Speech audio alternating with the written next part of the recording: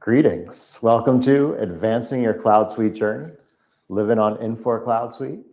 My name is Leigh Stout. I'm a partner with RPI Consultants. And I'm Keil. I'm a solutions consultant with RPI.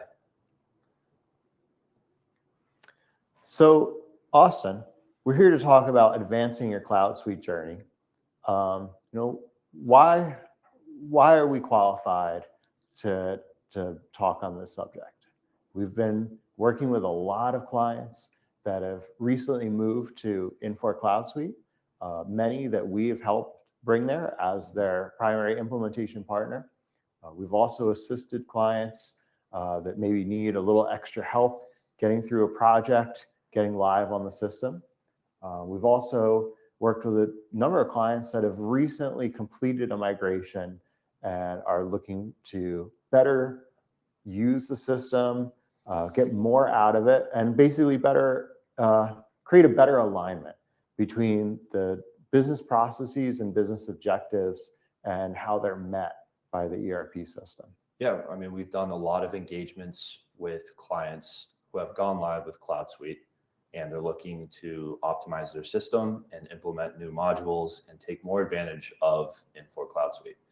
And we've done a lot with clients and introduced them to the wide range of extra opportunity in this realm. Yeah. And we like looking at day two objectives.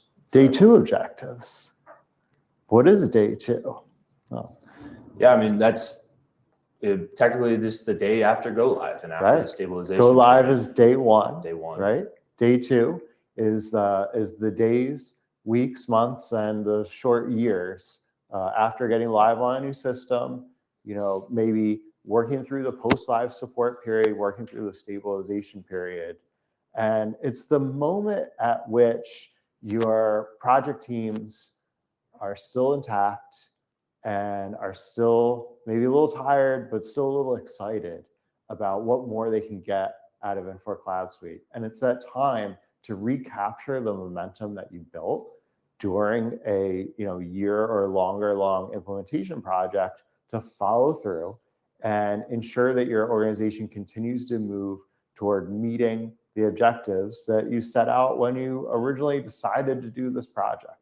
Right? There's the moment that you get live and cut over to the new system, and then there's that continuous journey towards getting the most out of it and achieving the goals that you originally set out to. So some big top day two initiatives, besides just some of the scope that could have potentially fallen out due to timeline and cost, things like that, we see is reporting, training, interfaces and some automation, payables automation, talent management module, procurement and supply chain, and some data archiving. Yeah, those will be the topics we're going to talk through in this presentation. Now, where does this come from? Well, one way that we get a pulse for what's going on in the market is RPI conducts an annual survey of Infor users, and one of the questions we ask are, what specific features or functionality would you like to see improved? Here we see that reporting features as one of the top asks across all the CloudSuite users that we work with, and that pretty much covers all the industries as well. I think that this is something that we hear pretty much universally. Right.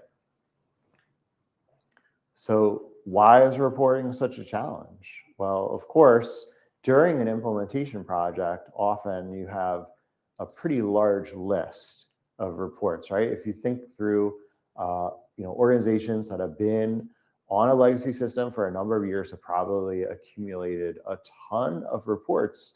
And a lot of times the focus in a CloudSuite implementation is to say, let's ensure that we're meeting the needs that are delivered on by a list of potentially hundreds of reports that are cataloged in the legacy system. We do that sometimes by mapping those needs to say, well, we can get that out of the box with the new system. Sometimes we say, well, we need to create custom reports or come up with creative solutions to meet those reporting needs. And a lot of times that is the main focus of the reporting work stream within an implementation, is simply being able to say, yeah, we have as good reporting in the new system as we had in the old. Right. And then some other things would be Infor's always updating the report capabilities. That's and the reports that could be in there today weren't in there during the implementation. And a lot of times organizations change their goals and objectives and the reporting needs. So it's always good to reevaluate and see what more they can get out of the system. Yeah, exactly. And I think that, business users that have been live on CloudSuite for some time are probably better able to understand truly what reporting needs they have, right? Because they can look at what are we doing on a day-to-day basis in the system, and where are our gaps of being able to get information out. And that might identify reporting needs that really could not be anticipated during a project. Particularly around in the financial reporting area, that's where we're hearing a lot of feedback from, again, like Infor customers cross industries. There's a lot of areas for improvement there. Some of the ways that we're addressing that is expanding the use of structure relations. Now, the nice thing about that is structure relations can kind of be brought up iteratively, and you can sort of focus on one area of need at a time, build out a structure that's going to power solid reporting, and kind of get into the groove there and sort of take that sort of one block at a time. The other, you mentioned new reporting capability.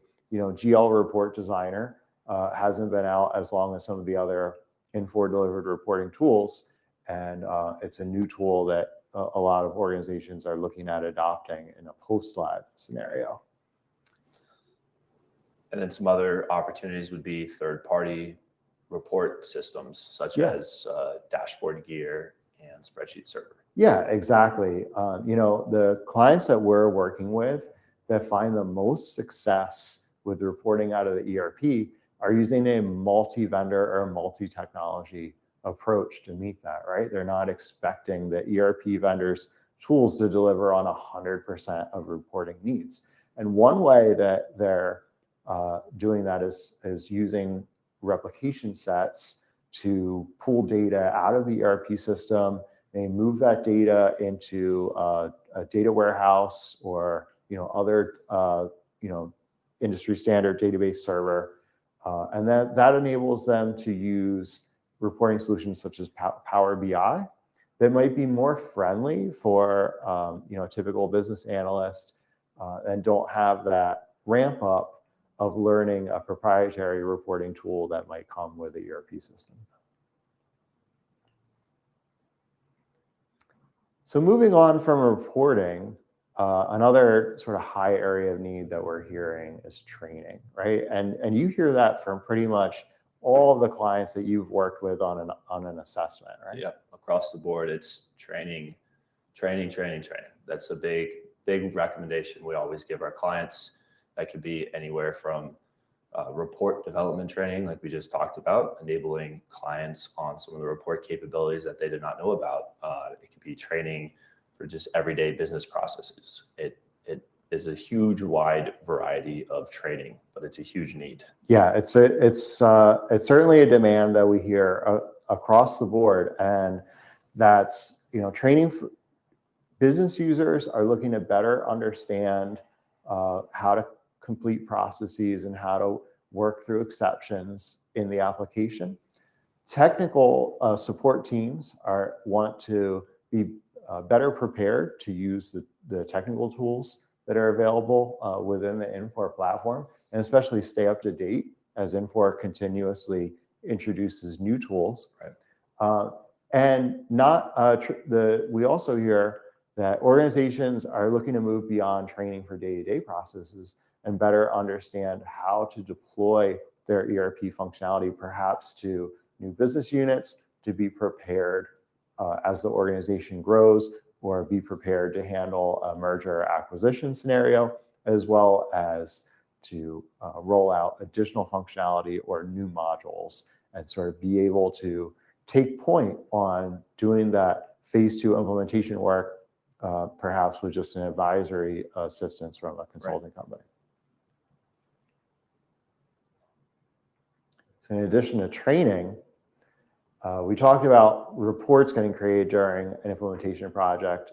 Another large area of work during implementation is technical development, right? So a lot of times we'll have a pretty extensive technical work plan that we're trying to manage during an implementation project, and occasionally low priority items might just fall off the list, right? We say we need to focus on critical interfaces we need for day one.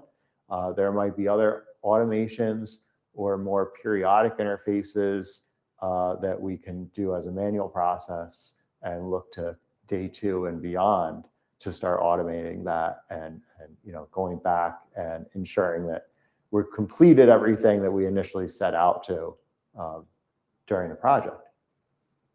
Now, of course, one of the nice things about being live on CloudSuite is you see all of the interfaces that you designed, developed, and tested during the implementation phase are put to use. And when they are, you can see how they react to real world data. And what we're hearing from a lot of clients is that, while they created their interfaces to work, according to spec, patterns start to emerge in exceptions that are coming up, right? So perhaps they're seeing the same style of error come up on an interface on a weekly basis. And once you've identified that, you can look at enhancing that interface to maybe handle that type of data exception, to mitigate the error, perhaps be able to handle it automatically, or add in some notification or approval process for the exception, or do a root cause analysis and perhaps go back to the other system you're integrating with, get the data more in sync, or whatever it is that's causing that exception to be present within the interface. So speaking of automation, next slide is payables, some payables automation. Yeah. Right. So that's saving a bunch of time and effort doing data capture, bring invoices into Infor FSM. With that being RPA or RPI's Yoga, we see a lot of clients implementing those solutions on day 2 to save a bunch of time and effort. Yeah, exactly. There are different schools of thought on this, and it really depends on the size of the organization, the volume of processing that's happening, and maybe the maturity of the existing automation solutions that might be in place at the point moving to CloudSuite, right? Things are different when you're replacing a very mature and capable document management system that's tied to a legacy financial system as part of a project, versus bringing in that functionality maybe for the very first time in the organization. But pretty much all of our clients at this point that are live on Infor FSM are looking to get better use out of workflow, document capture, and document management capabilities. Looking at what more Infor document management can offer and how they can take better use of the document management system that's baked in to the system, as well as add in data capture. And once organizations have achieved success with data capture on payables invoices, the next step is to look at, well, what other documents can we apply these techniques to? Or what other documents can we run through these systems that are working? And we're seeing a lot of momentum with packing slip data capture to kind of automate receiving and just help overall with the invoice matching processes.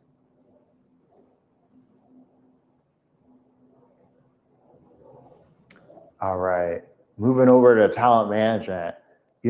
This is probably the area that offers the most potential for getting new capabilities out of the Infor ERP system. You look at a lot of clients that are moving from Lawson HR. Lawson HR was primarily a database of your of your employees, right? And it it kept track of benefits and payroll and positions work assignments, but it didn't have a lot of capability around talent management that is now available within Infor CloudSuite. And I think a lot of organizations that moved to Infor HR talent did so because they want to unlock those capabilities in talent management that are oftentimes, either by choice or necessity, left as a phase two.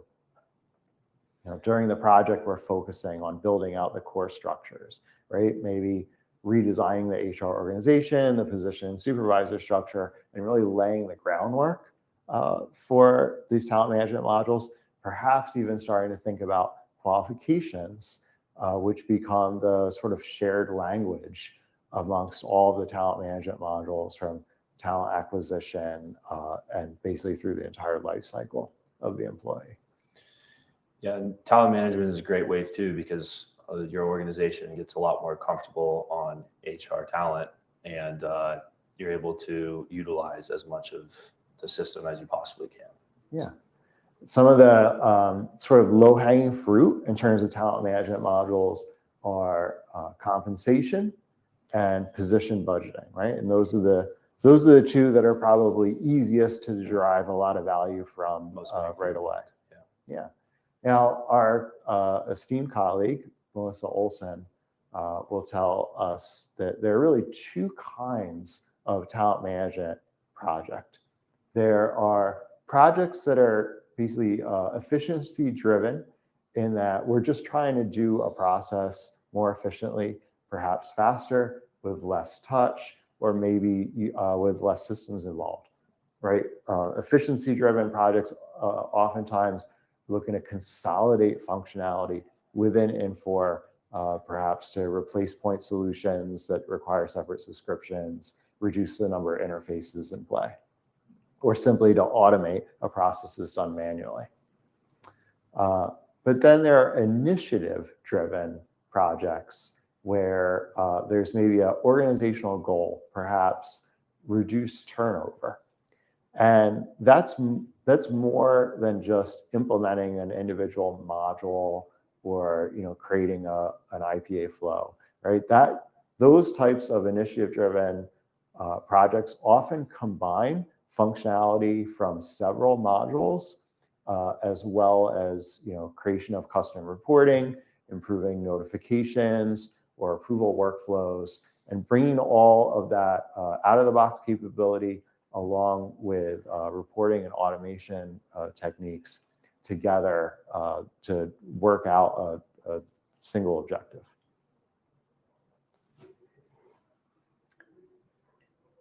All right, turning our attention now to procurement and supply management. Some of the items that we're seeing our clients look to do in those areas are to roll out the supplier order management suite, right? This is new capability within Infor FSM that really didn't have an analog in the old world. There are 3 components there: contract management, strategic sourcing, and supplier portal. And each of those 3 can be implemented on its own, but they work best together as a trio. And then we also see integration with DocuSign into the contract approval structure to store signed documents in IDM. Another low-hanging fruit would be turning on inventory intelligence. You usually get the best results within a year because it needs to cycle through data. Right, but it's something that should be turned on, soon after go live, so you can start collecting that transactional data in the new system and start getting a feel for what insights it can deliver. Also, there's not really much of an implementation there. It really simply is using the new capability in the system. Right. And then another potential supply chain module is the item lifecycle management, and that's formerly known as recall management.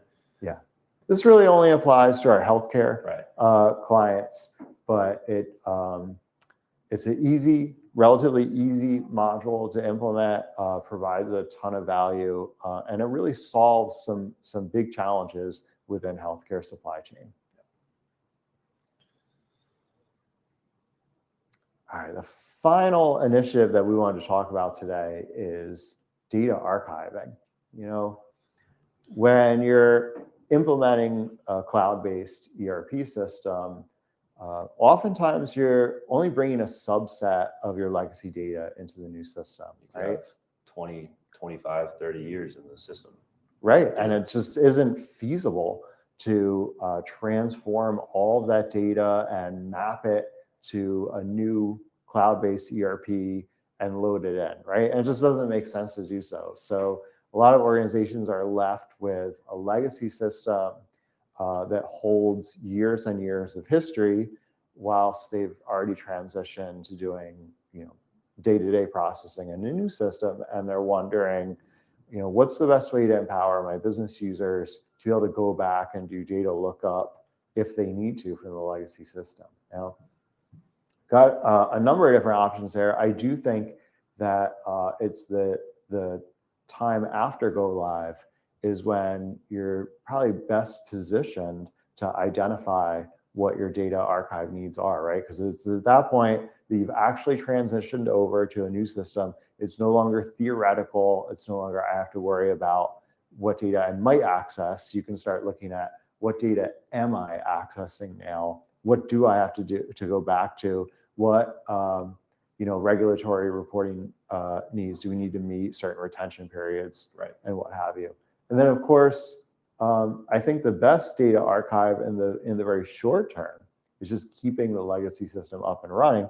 That works especially well if you're doing a phase migration, you're in a hybrid approach.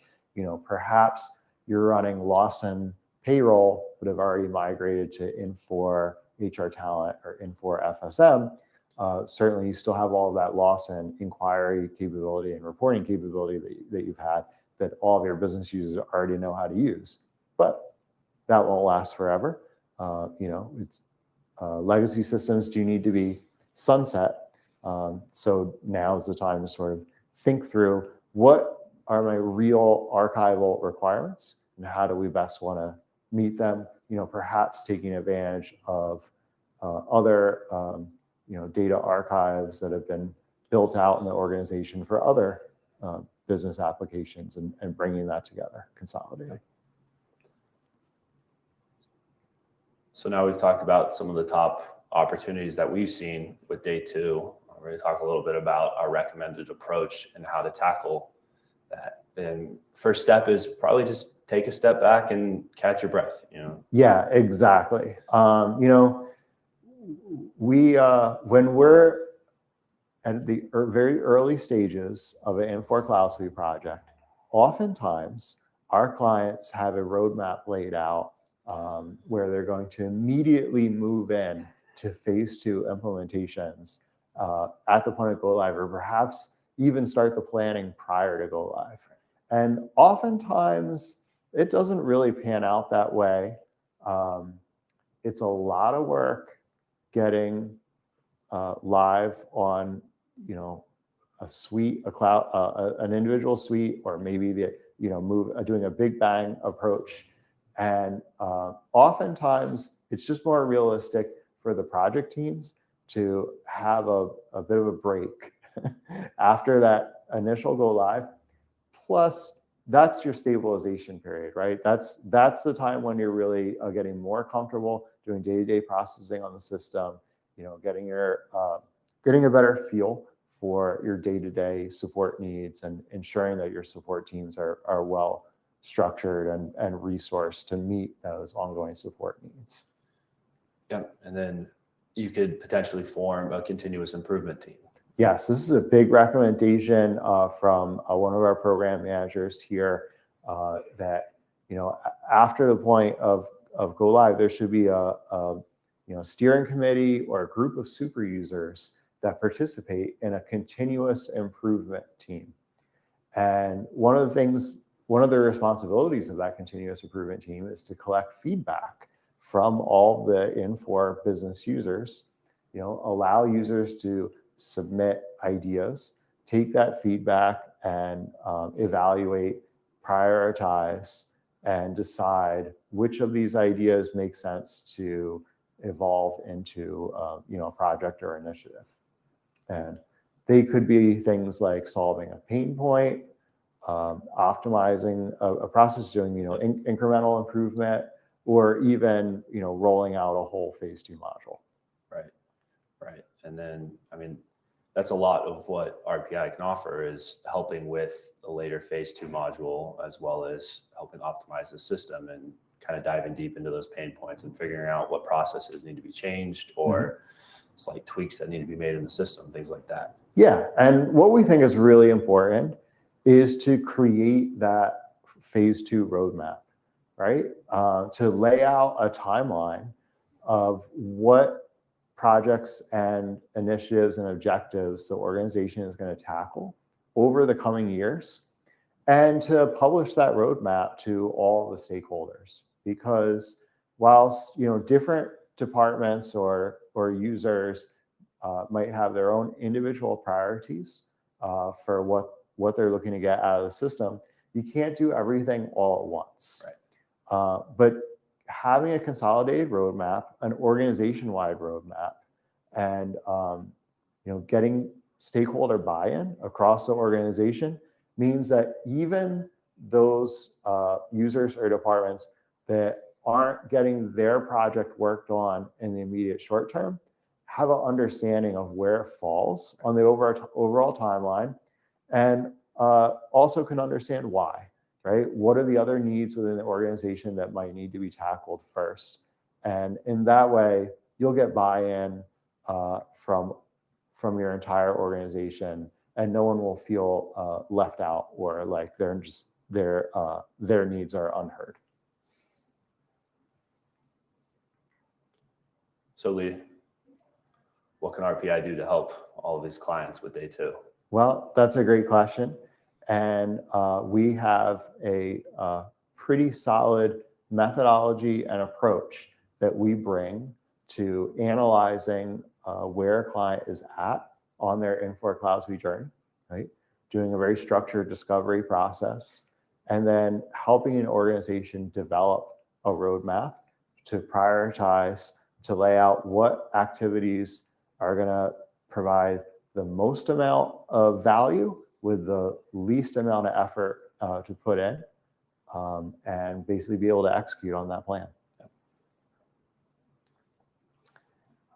Thank you very much for joining us. We appreciate it, and we look forward to talking to you about your CloudSuite journey in the future. Thank you, everybody.